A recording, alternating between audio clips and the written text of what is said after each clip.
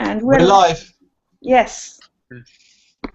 Welcome, everyone. It's great to see all these amazing people working for peace and investing in peace. Sorry for the slight technical issues this evening, but I'm really grateful for Stephen Hinton for having this vision and starting a new venture to invest in peace, but also his colleagues Tim and Rhamis, who will share about their work on how they are working in practically investing in peace and creating a fund for investing in peace. This webinar is a series of different webinars we have been doing with trust and integrity in the global economy, which has been a conference in our Swiss center, the Center of Initiative the Change, but also we have been running other programs and workshops on building trust and integrity, and we are realizing more and more that for the world to continue to function, we need more practical ways of building trust between our social systems and our ecological systems. And today, the dysfunction we are seeing in the world is that there is almost no connection between the ecological systems and social systems. Namely the financial system, namely the economic system. And I hope that in some very concrete and practical ways we can start relating again to the fact that investing in land, restoring ecological systems will create jobs, will restore peace, and create food for all. So thanks, Stephen, and over to you. Yeah, thanks.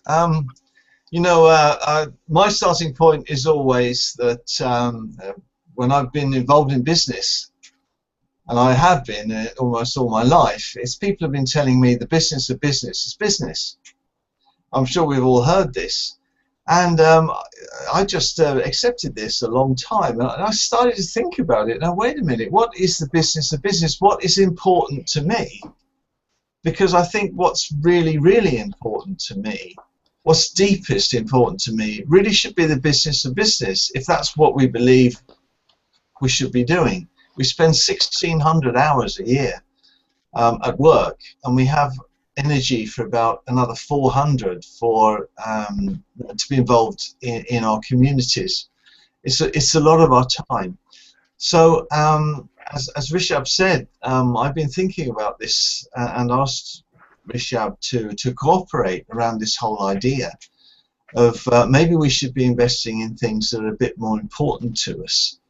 And just to have this discussion, I started off as a science teacher and environmentally involved, and then started working as a management consultant, and then went through to work with large projects at Ericsson.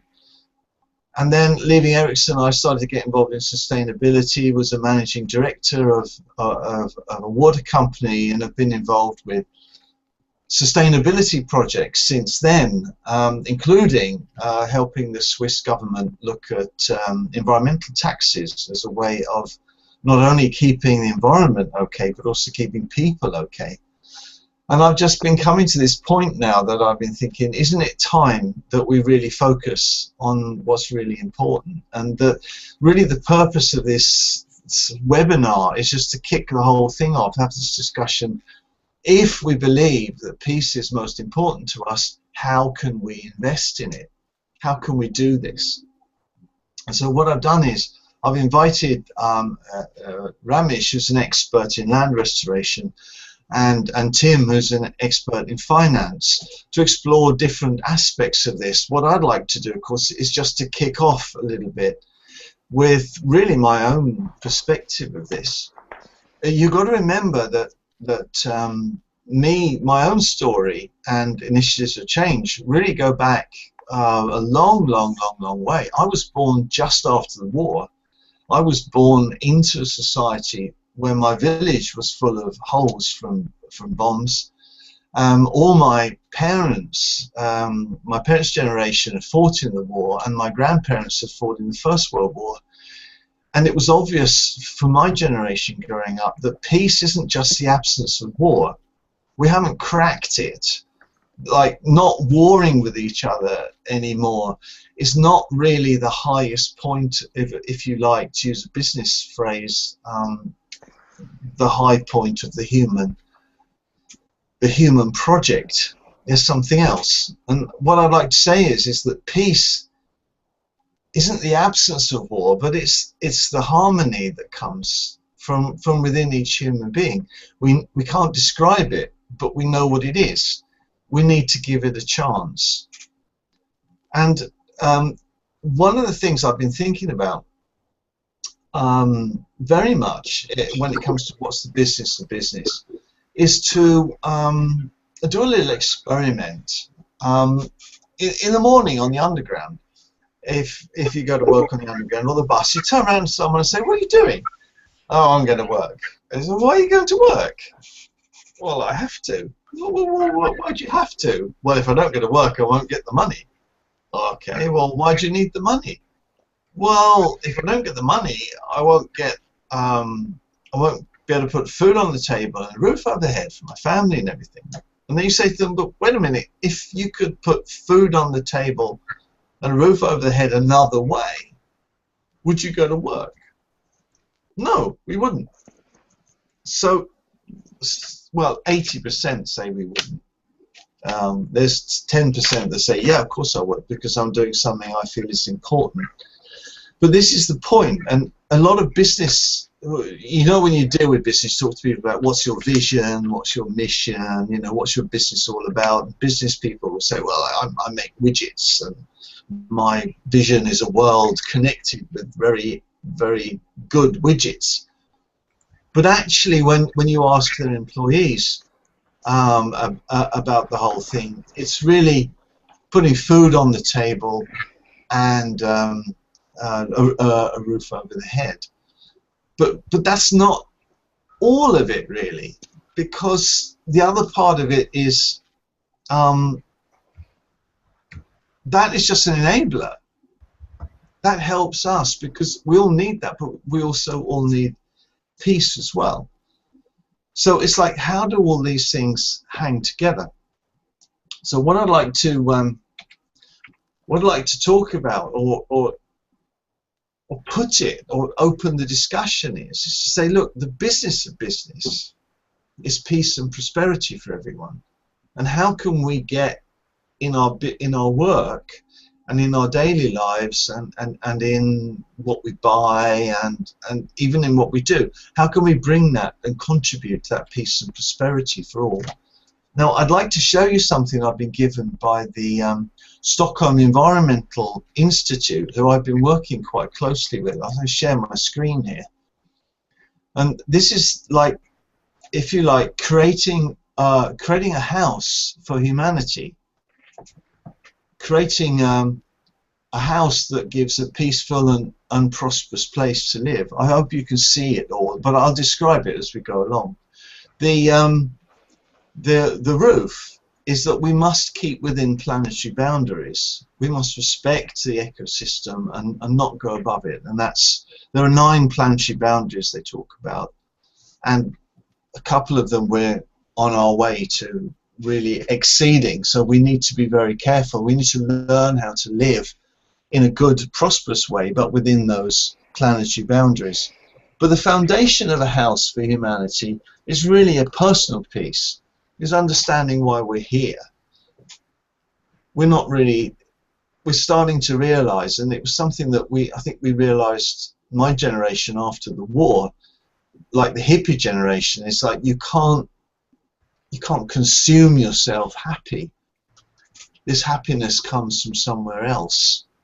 It was something that I think our generation really started to understand, looking at what all of our parents had been through, remembering that most of our parents' generation are quite traumatized by what had happened. The next part of the foundation is land and soil fertility. We need that security of water and food, and we can't get that unless our land and our soil are giving it to us. If we can get the food and water security, then we can create housing security. So we have a house for self, and we can bring in everyone else and have an inclusion. So this, if you like, is the vision of a prosperous house for humanity, just the basics. Now, what I wanted to talk about is about capital. Rishabh asked me to talk about this because if you're going to talk about business, you talk about the vision of what you're trying to do. You're going to talk about the bits or the components of what you're trying to build. One should also talk about capital. And most people think of capital as being money, and of course that's the way the word is used. But actually, a lot of accounting firms and a lot of people thinking of business are saying that capital is something that's used, and it's used to produce a product or service, but itself is not consumed. Oh yeah, I'm sharing my screen. I was just going to say, if you've got your microphone on, if you could turn it off while I'm sharing my screen, because if you make a noise, my screen will go away.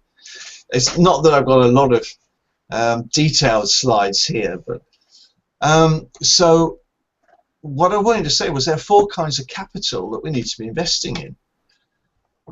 Just very briefly, they're built capital, which is like our houses. There's also our tools, our cars, our roads. It's human capital, and that's what we know how to do.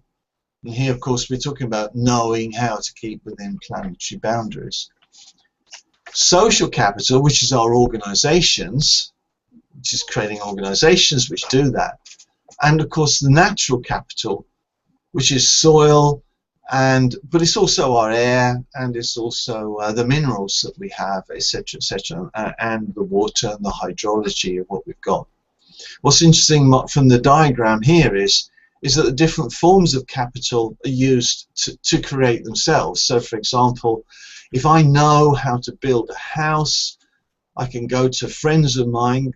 I can go to a local association maybe, or a local group who want to build houses. I grab natural capital. I get some wood from the forest, and I build a house. So these are all connected with each other.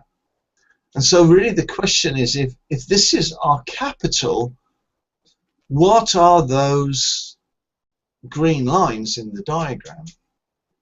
It's about formalizing those transactions that take place between us in order to create these different kinds of capital. And this is what I want to throw out there. That's maybe the role of the financial system. What's the role of the financial system if we were to create this kind of capital? That will create, if you like, safe house for humanity. So I just want to say that it's happening now. It really is all happening now. And I want to talk about the ladder. This came up when we were working with the Water and Food Award. We saw that corporations and other organizations are starting to get on the ladder. At the bottom of the ladder, it's as an individual, work on personal peace. It's as an organization, it's to sign a peace declaration of some kind, to join an initiative, to join a charter, just to say, yeah, this is what we want to do, talk about that. The next level, of course, is helping out with different kinds of education. We have non-violent communication. We have, as Initiative Change have done a lot after the war, they worked a lot with reconciliation, and still do, conflict resolution, and even personal peace education. One could offer this to one's employees, key stakeholders, or whatever. The next step is corporate social responsibility, participating in peace projects, corporate social responsibility in other ways, maybe even in direct investment. And then, of course, getting involved in other kinds of projects like land restoration and food security, education, and everything like that. And maybe even developing a service that directly promotes peace in some way. Now, this is happening. I've got some good examples here. This is the Peace Education Program. And as you can see here, it's been done in local adult education places. It's also been done in prisons. It's a series of videos. It's been translated into many languages. People who go on it feel a lot of benefit. It helps them reorient themselves to what it is to be part of this wonderful human project. Going up the ladder, there are organizations that actually do peace projects and peace products. This Smart Eyes is a Swedish company. It does look for peace glasses. If you buy a pair of spectacles, then it donates to a peace organization for every one they sell. So I mean, this ladder we can go up. Now, the last thing I want to talk about is about all the conflicts that are happening. We haven't solved peace. This is from Aviation Week, and this is where all the conflicts are. What's very interesting, the worst ones are the red, and then you've got the yellow, and then the blue. The thing about this, if you look at this map, and then you take another map, which is the map of soil degradation. It might be difficult to see, but on here, the black areas is where the worst degradation is.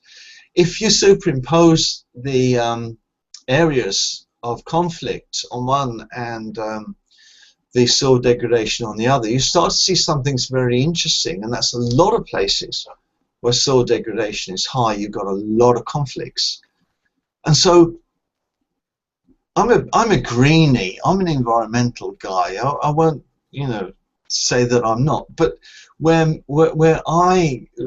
the group in the world who I really feel I'm talking the same language to is the military. People working with professional security, dealing with security risk. We're talking the same language because taking care of our Earth is a way of creating a place for us to live in creating the conditions for peace. So, having said that, I'd like to bring in Rhamis. I'd like to ask you about your experience in, is it possible to restore land? And if we could, can we do it for everyone? And then I want to bring in Tim to talk about, can we use money, in fact, to do something with that? So with that, I'll thank you all for joining, and thank Rhamis for inviting me, and I'll just mute and hand over to Rhamis. It's time for me to unmute. First of all, greetings everyone. Thanks for having me. I really appreciate the invitation.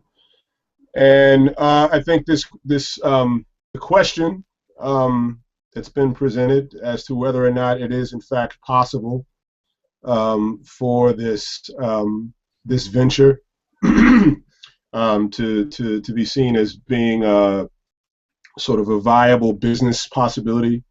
Is this something that is actually physically possible? Is this something that's worth doing? Well, I'll say yes to all of those. In addition to a number of other, I think a number of other questions that are sort of corollaries or connected to that. And for me, I honestly don't see us, sort of humanity, us as a species, having a future if we don't take up this activity, because what is fast becoming made very apparent, actually very obvious, is that we have more and more people on the planet that are relying on smaller and smaller pools of physical capital to meet their needs, and that eventually we get to the point where this propensity to enter into conflicts for dwindling resources will be happening more frequently. And the unfortunate thing about the human being, as we can see from history, is that we do have a tendency to get violent when when we're presented with desperate situations that put us in dire straits. The problem with the problem with this propensity at this point is that our big brains have allowed us to be able to develop technologies that are highly destructive, and that have allowed us to, at this point, to actually present us with the possibility, the very real possibility, of eradicating ourselves. in the course of trying to meet our basic needs, and most notably food and water. And then actually on the backs of food and water, we also have environmental security, which is now becoming a very real problem. So this is something that isn't without precedent in terms of historically. Is this a problem that we have seen before? And this is actually the overarching determining factor which has really driven human history.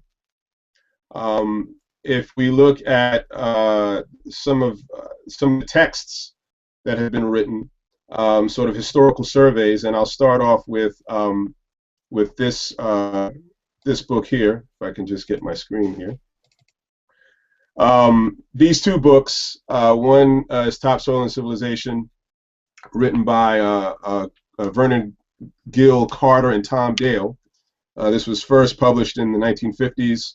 I think that they went on to do a second edition in the 70s, and then there have been a number of texts that have sort of covered the same topic. And then Jared Diamond's book, Collapse, How Societies Choose to Fail to Succeed, covers some of the same material. And what they've done is they've looked at sort of the overriding modes of failure for past civilizations. And interestingly enough, the top three most common modes of failure has been deforestation and habitat destruction, soil problems, which would include soil erosion, salinization, or the salting of soils, and soil fertility losses, and then also water management problems. Now, what's interesting about the way these three problems are presented in the list is that they're sort of listed as three different problems. The fact of the matter is that these are really the same problem. These are actually sort of the logical progression of the one that came before it.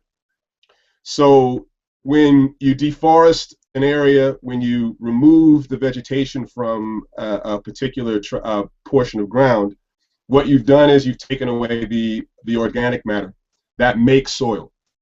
And soil is really seen as being really the basis for civilization to even be able to exist, because it's from soil that you're actually able to, again, grow the things or produce the things which facilitates your ability to live. But when you, again, look at the sort of the domino effect of what happens when you remove the vegetation and then your ability to create soil, is that it also corresponds to an inability to be able to store water. So if we look at the data related to what it means in terms of your ability to actually have water, accessible water, a reliable source of water, we'll take a look at this screen. Basically, there's been research to suggest, and this has been sort of repeated in a number of different by a number of different researchers, that for every 1% loss in soil organic matter in a given soil, it represents the ability to store somewhere on the order of 168,000 liters of water per hectare. So quite a bit of the research has suggested that we've lost on average about 3% of soil organic matter in at least most agricultural soils, which means that for every hectare of land, we've lost the ability to store over 500,000 liters of water per hectare. Now, when you consider how much land is currently degraded, then you start being able to piece together sort of the size and the scale of the problem. If we look at the current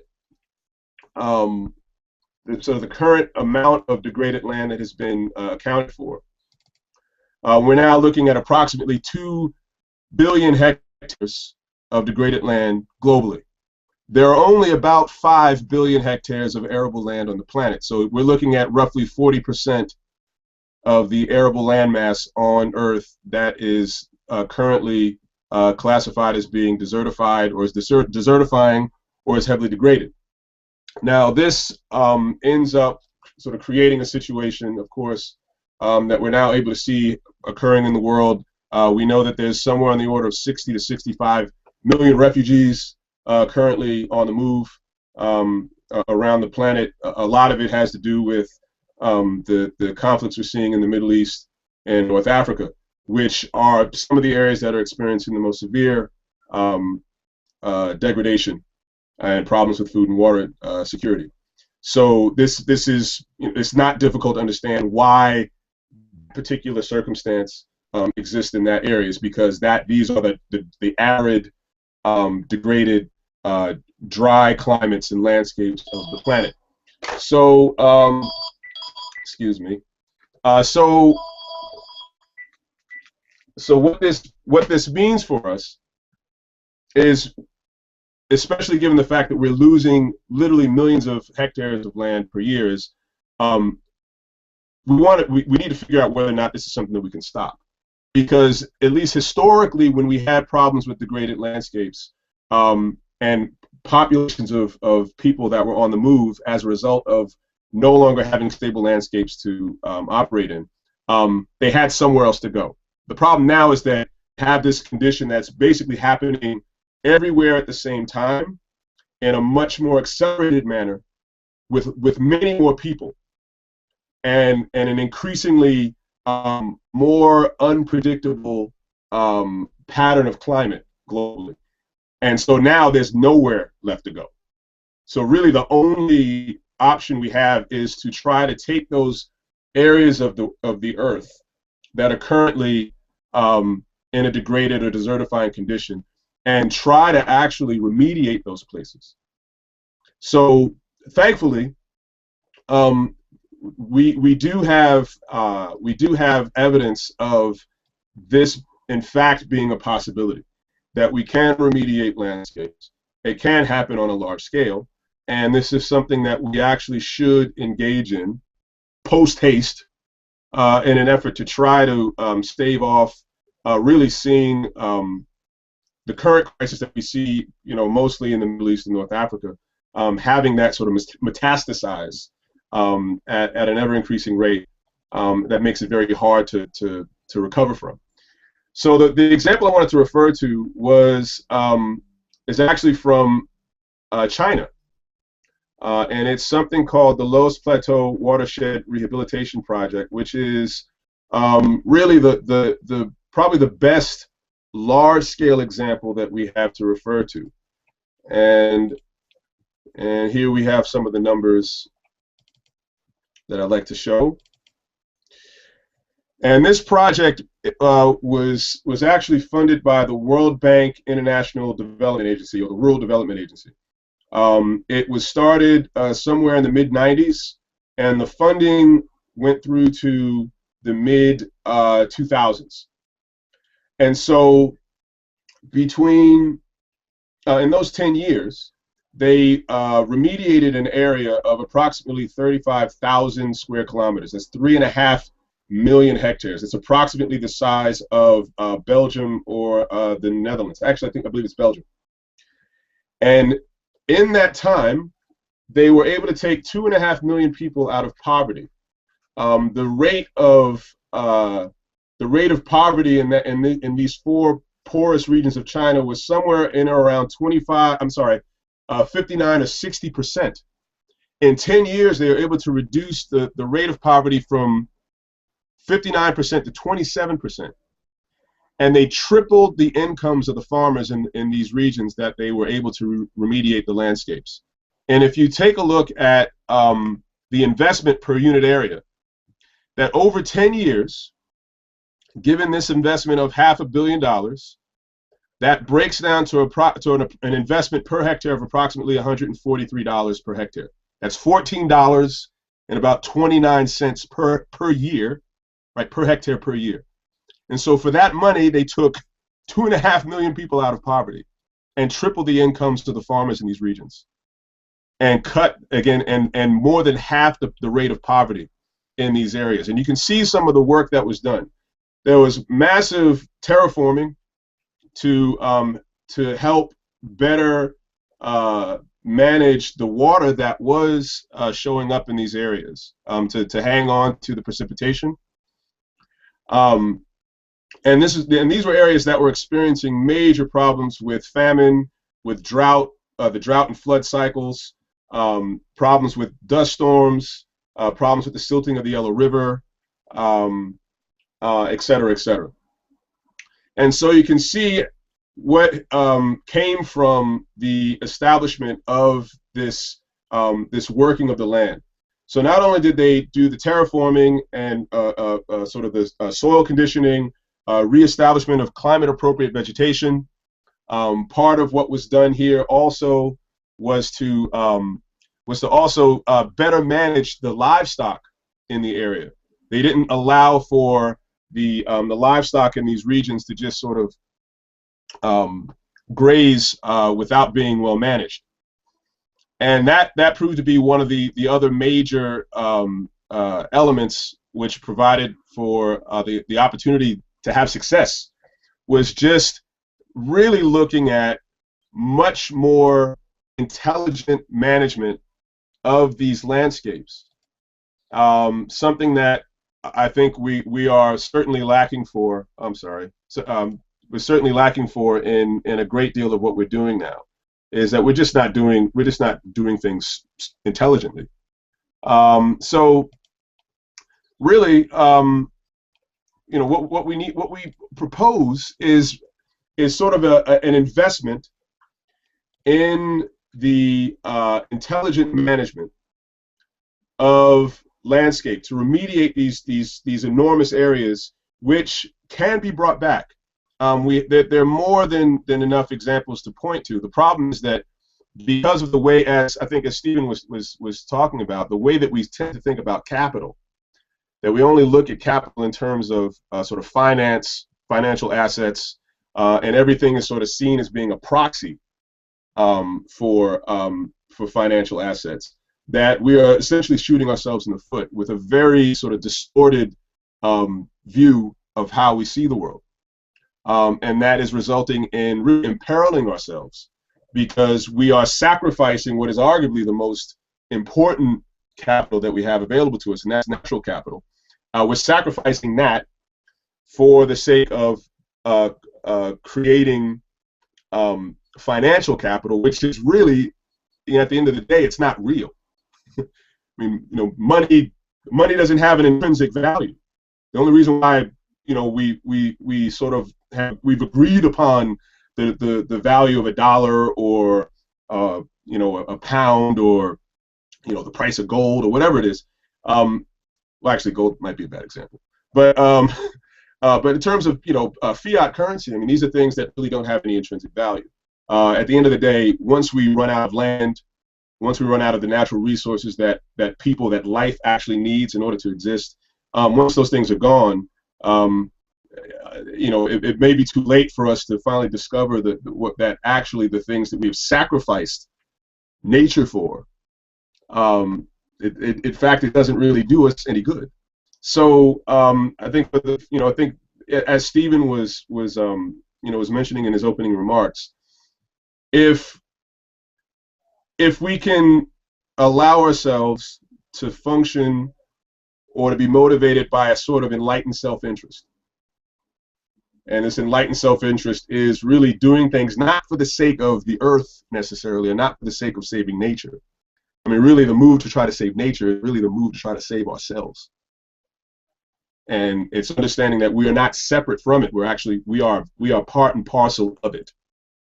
And I'd like to think that this animal that we are with our big brains, we're able to utilize this intelligence in a much more beneficial way that actually does us a lot of good. And so really, this is something that I'm hoping we're able to interest more people in. And the fact that we can see that in terms of an investment opportunity, and this is something that actually has been investigated in depth by people like the United Nations Environment Program and the United Nations Development Program. They've actually done a whole survey looking at the restoration of landscapes as as a very intelligent way of investing money. But I mean, this is something that, of course, I think this is more of Tim's area of expertise, and maybe I'll just use that as a segue to hand the program over to Tim, and hopefully we can enter into a discussion afterwards. So thank you, and I'm looking forward to hearing Tim's remarks. So take it away, Tim. Am I on? No. Yes, it should be on. Hello, Rhamis. Thank you very much for the introduction and for the great challenge that we are facing in dealing with land management issues and such. And thank you, Stephen, and all for letting me come in and offer some challenges. I am a tax attorney by training. I spent 30 years of a professional career in the business of putting deals together, not always working sort of with Wall Street, but very much on the edge of Wall Street. And I think that the point that Rhamis made that maybe is a good one for us to start with is this concept of finance as financialization of assets, or financialization of business into assets. And my work that I'm doing is with a group called Evergreen Core, and we are trying to introduce into the change-making community people like ourselves who have some values that are not being valued the way they need to be, to talk about this concept we call evergreen superfiduciaries. And as I try to talk to the values-driven community and introduce them to this new way of thinking about what we can do with finance, I find a very common experience that people who value these values are afraid of finance. They're terrified by it. And when I try to engage in a conversation, a lot of times it goes very quiet. And I'm hoping that this group can be part of a movement to change that. And I think the problem is, if you're dealing with finance as the financialization of assets, the truth is that system doesn't value the values that we all believe need to be valued. And a lot of folks are out there trying to insert new values into that existing system. I'm offering a different challenge. I'm saying, what if we build a different system? And the foundations of that system already exist, and they exist in a new kind of financial actor that has become extremely important in the global economy, largely through the Wall Street system over the last 40 years, and that's our pension industry. Most importantly, the pension industry, but also very strategically important, although not as large, are university endowments, which I know in the U.S., where I enter this conversation from, are significant, and also charitable foundations, endowed foundations. And these are all organizations that have fiduciary responsibilities over a shared financial future, and they are individually and collectively become so large that they are effectively also fiduciaries for our shared physical future. And that's why I'm trying to start introducing them into the conversation as super fiduciaries. They're big fiduciaries. They have big powers and they have big responsibilities. And what I'm trying to argue is that we have these enormously powerful, values-friendly financial actors trapped inside this asset model, where all they're doing is moving money around trading transactions and getting charged with a fee for every turn. And what we've got here is a different opportunity, because what these groups need, these super fiduciaries need, is to generate constant cash flows. Because they always have to write checks. They have to write their pension checks. They have to write their checks to support the university. They have to support the missions that they're founded for. So they're very cash flow oriented. And they need to be generating these cash flows, and they need to be regenerating them forever, which means they're not really chasing growth. And yet we've got them trapped in a trading system which is designed to work on growth. And as I listen to Rhamis talk about soil degradation and land reclamation, I think that's an excellent example of where we are now as a global economy, that growth cannot be the overriding factor. We're talking about a very important need to simply maintain and sustain. And I think prosperity generates cash flows. The life, to Stephen's points about being a businessman, the business of business is to generate cash flow. And there are lots of ways you can generate cash flow. Not all of them are inconsistent with sustainable values and good community relations and the values that we value. But if you're chasing after an ever-increasing share price, it gets increasingly difficult to maintain those long-term sustainability values when you're accountable for growth overall. And so that's the sort of the evergreen strategy is, and I take this from my own training in real estate and tax, where we did partnership transactions, where we did get into negotiated agreements and work out cash flow sharing. And I think that is a model that the values community, that the change-making community will like to learn more about when you also team that up with these actors, these super fiduciary actors who can invest in these cash flows. And then the question becomes, well, how do we generate the kinds of cash flows from land reclamation activities, for example, that can sustain our retirement system as well as our food system? And one of the things that I think we need to do is start moving out of silos. And for example, the story I want to share with you is some work that I'm involved with looking at renewable energy. I've been in renewable energy as a professional financing these transactions for 10 or 12 years now. And one of the more promising and less developed opportunities is with geothermal heat mining. And the challenge that I want to put out is a project that we're working on to see if we can't get the coal industry, particularly here in the U.S. and the Appalachian mountain areas, West Virginia, Kentucky, where these coal mining communities, very dependent on that one industry that is really dependent on coal combustion for power generation, are struggling. What if we help them transition from coal mining and coal combustion for power generation to digging wells deep into the earth where there are existing reservoirs of very hot rock and pumping water down there and using that hot rock on the ground to create the steam that we generate electricity from? So that now we're mining heat from the ground instead of mining coal from the ground, but we're still generating electricity that powers the economy. And you get Appalachia now being a net exporter of power into the heartland of America and out onto the eastern seaboard where there are these big population centers. This is very clean power. It's very environmentally benign power that can be generated, and it's community regenerated. You can't do this using the Wall Street system of finance because we're talking about simply maintaining cash flows and changing the technology that's used to generate those cash flows. There isn't really a growth story here unless you artificially create one by destroying coal and building up regenerative new energy transactions.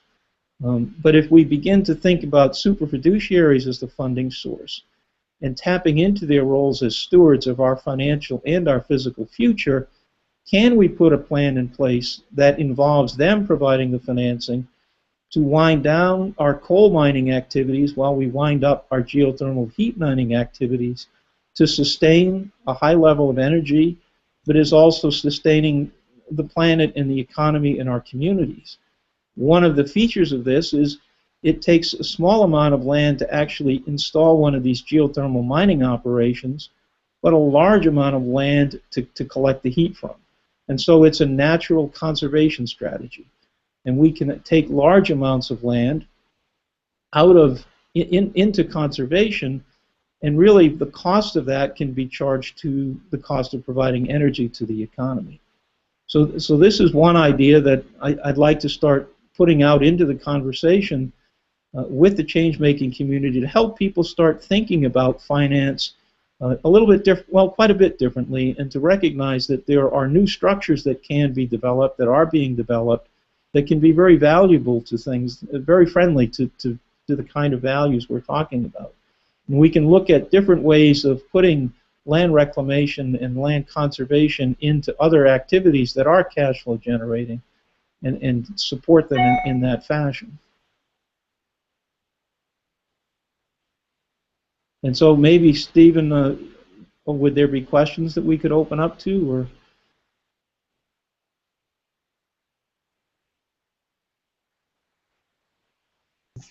Tim, thank you. That was very inspiring and quite insightful. I thought we'd just open up to the four of us who've been talking. Yeah. For reflections from people who've been listening, and from comments that have been coming up in the chat on the Changemakers page. And Fabiola's been reading those. So maybe, Fabiola, you could tell us some of the reactions that we've been getting while we've been talking. Thank you. That was very inspiring and quite insightful. I thought we'd just open up to the four of us who've been talking. Yeah. For reflections from people who've been listening, and from comments that have been coming up in the chat on the change. Hello, can you hear me? Fabiola, yes. Those. So all right. Fabiola, you could tell us some a of bit the of echo somewhere. reactions that But we've been yes, getting. we had a comment from Anna. She was saying that all of these problems are related to our food choices, meat consumption especially, and that is one of the most direct ways we can influence our environment and state of the planet. And then we have a response to that from Rhamis, actually. He said meat consumption in and of itself isn't the problem. The way that it's produced is the issue. Same for crops, annual crops. And we have, one of the comments I was also making in the chat myself is, this sorry, makes so much Stephen, sense. can someone mute their... We can influence our environment, and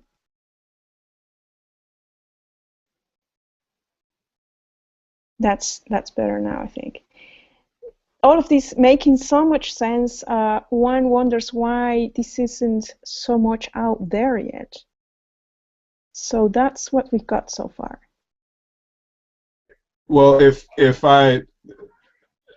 of the big problems is that a lot of these issues that are connected to land degradation and the things which are done which actually result in land degradation is that a great deal of these activities are unfortunately subsidized. So, for example, if you look at the chart that I had put up before about sort of land degradation globally, what are the causes, or what are the means by which land is degraded globally? Well, most if you look at the causes according to continent, you'll see here, okay, North America, Central America, South America, Europe, Asia, Africa, Oceania, and the world in general. Well, if you go to a continent like North America, I mean, most of the land degradation in North America is actually caused by agriculture. If you look at the degradation that is caused, the primary modes of land degradation in Europe, it's agriculture, improper grazing, and deforestation, or the overexploitation of fuel woods. So, you know, that's a land management issue. That's really, I mean, effectively, what we're looking at is there's a need to change a problematic behavior. So it's not a problem of technology. Technology is just a tool, right? The tool is something that sort of gives birth to or facilitates a particular behavior. And so the way that we go about managing landscape, the way that we go about producing food, you know, you mentioned the comment before about meat. I mean, the meat in and of itself is not the problem, because the fact of the matter is, if you look at the numbers of animals that we're looking at now on the planet, we actually have less animals than we had, you know, in the, say, 300, 400, 500 years ago, when we still had megaherds. If you look at we had megaherds, you know, say pre-European settlement in the Americas. If you look at Africa, Africa had megaherds. And it was actually by means of these animals being pushed across these huge landscapes that actually created the fertile soils that later on were used to establish agriculture in a lot of these places. And then the funny thing is, you usually don't see this problem of degradation, of land degradation, manifest until you see this behavior kind of disrupted. And then once you establish like this large-scale monocropping of things like annual crops, they just see the degradation take place at a much more accelerated rate.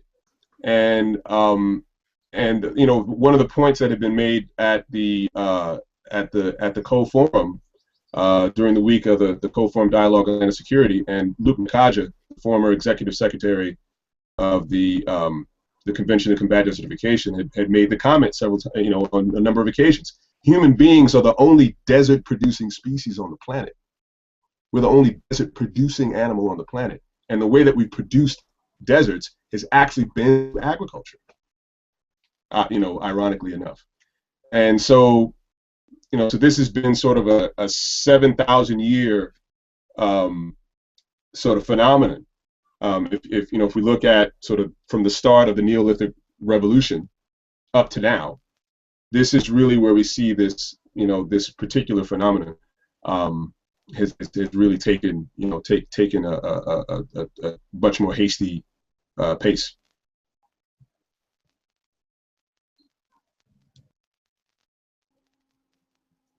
Thanks, Rhamis. A wonderful question from Pinaki. Do you think peace can take a backstage when livelihood and other complex issues are present in society? You know, human beings are amazing because we're like alligators. You know, like alligators can be so fierce, and they can, with their great big mouth, and they can just bite through anything. And yet, at the same time, if you watch the way alligators take care of their young, is that so tenderly they open their mouths and they let their young jump into their mouths. Human beings, we have both. When we feel threatened, we're like anything else. We have that in us. We have this fight or flight thing. It's in our body. If we feel worried, then obviously we can get really aggressive. If we don't feel worried, then suddenly it's like anything else, you know, like if we feel that we've got all we need, human beings are terribly generous. When we don't feel we've got all we need, then we tend to try and keep back because we feel that we have to keep something back because we don't have enough. And this is a question of culture. Because, like, to me, you know, culture's everything. Culture's about the way I think, about the way I dress, the way I talk, but it's also about my institutions, the way I handle soil, the way I handle animals, the technology I use, and everything. And it's as if we've created a culture that isn't focused on peace. If we were to focus on telling everyone, if we were to focus on not telling everyone, but focus on creating, as I said earlier, a house which was conducive to peace, if we invested in that, then peace wouldn't take a backstage. The moment the basics are fixed, the moment the basics are fixed, we're wonderful people. We all are really, really wonderful. But when we're worried and when we have to take care of our families, then we're focused, we're only thinking about the people closest to us, we're goal-minded, and off we go. So Rishabh wanted to comment that as well. Yeah, thanks for a really enriching input and discussion, and I'm really grateful for beginning this adventure with all of you, and I think it's going to go miles ahead, you know, with the venture and hopefully raising investment and for different ventures. I just wanted to comment a bit about my experience in working in Somalia with Hassan, who's sitting right next to me. Was that for us, I think it was not only technical, and I think this is where initiatives of change is so important. Even the work right now we are doing in Kenya in the Baringo community, a lot of the work is how we as human beings are relearning this new culture that actually cooperation is better than competition. And that we as human beings just to realize that okay, maybe our forefathers have fought with each other, they didn't get along, but today if we can cooperate, if we can work together for the love of tomorrow, we do have the possibility to restore both ecological and social systems. And I wonder if, Hassan, you want to say anything from your experience of working in Somalia, wherein initially, of course, the conflict was not seen as an environmental conflict. Maybe it was seen more of a clan-based issue. But now, as you are learning, that it is more and more about food security and environment and things like that. Yeah, actually, it started with our behavior in Somalia, because once we have been a country, everybody was 80% of the population was farmers, and then we adopted a system which we don't understand, which was communism. And then the government has changed the policy and they confiscated the land into the government institutions. And then we lost all those farmers. And all the farmers, they come to the cities, and then the only food we had is WFB food, which were coming to us. And then slowly the land degradation came, and then the animals, Somalia has the most Somali exports was animal, and slowly the animal has eaten up everything. And land management, we lost the land management, we lost the rainfall. And what else? It's we become an semi, nomad. No. I mean, there's no trees, no life. Desert. The desert. Mm-hmm. So, and in my experience, we cannot have peace without land management. We have to restore the land to get the peace. That goes hand in hand. And Rhamis, you know that. You have been in Somalia, and you have been even worse areas. So I'm very grateful that that discussion going on is started tonight and continues. And now I'm going to Kenya tomorrow, after tomorrow. So I will be on land and security conference in Kenya. It is very challenging for us. If I may, I'd like to follow up, on Hassan's point, and I'm so glad he mentioned this. I've been up further north in Somaliland. I've been in Sanag and in Mahir, up in near the Dalo Mountains, near the mountains near Al Sheikh, the Almas Mountains, and I'm over into the Almado Mountains. Hopefully sometime before the end of the year, like heading over into Puntland. And the situation in Somalia is so emblematic of really what you see in so much of that region, how sort of a lot of Africa and the Middle East is sort of turned into something of it's a basket case. These are places that for centuries had been very, very fertile places, very stable places. You know, if you go to a place like, you know, Syria now, Syria, Iraq, and I mean, that's the Fertile Crescent. That's the place where agriculture began. That's where it started. You know, these were really the places where we saw the development of civilization actually occur. Actually, far you know, much earlier than what we saw in Europe and what we now know of America. I mean, so the question is, how did those places become that way? How did they become basket cases? And I think, you know, the example from Somalia, which again at first it was presented as some sort of you know, clan conflict, and the person that I first heard that this was a really mistaken understanding of the situation was from the Somali novelist Nuruddin Farah, and he said that and unfortunately he said a lot of Somalis have bought into that narrative. And he said, actually, the problem is it's an issue that has long been an issue in that part and he said right now it's between people that were sort of nomadic or semi-nomadic, and they still were like kind of pastoralists, and people that became urban city dwellers. And ultimately it was a conflict over land use.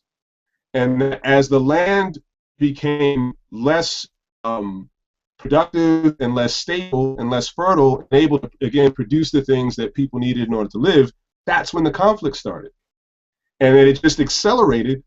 It became that much worse actually when we saw the sort of international financial institutions like the IMF and the World Bank started to implement things like the structural adjustment program. And really this is, you know, starting back probably in the 70s. And then once the structural adjustment program was put into place, it caused the Somali economy to basically dive, just to nosedive. The currency collapsed because they're now importing things that were artificially cheap. It basically killed any sort of local production, any sort of local agriculture. It just rendered it, just killed it on, you know, killed it dead, because since they couldn't compete with the prices of the artificially cheap imports, there was no motivation to produce anything.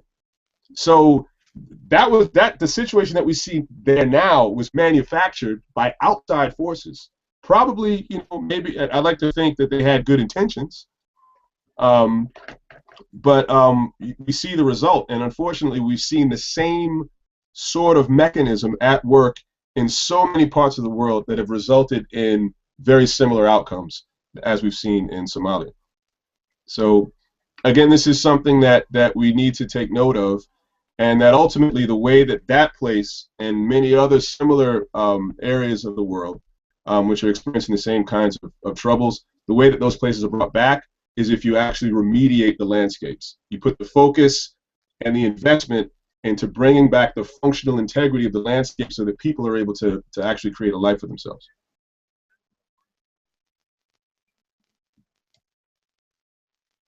Great. So thank you, everyone. We've gone a little bit over time, but I think this is just the beginning, and I hope that we will maybe also take more cases in the next webinar of how we can support things in Somalia, things in Syria, and also maybe explore more with Tim now that there is a lot of disinvestment from fossil fuels for different pension funds all over the world.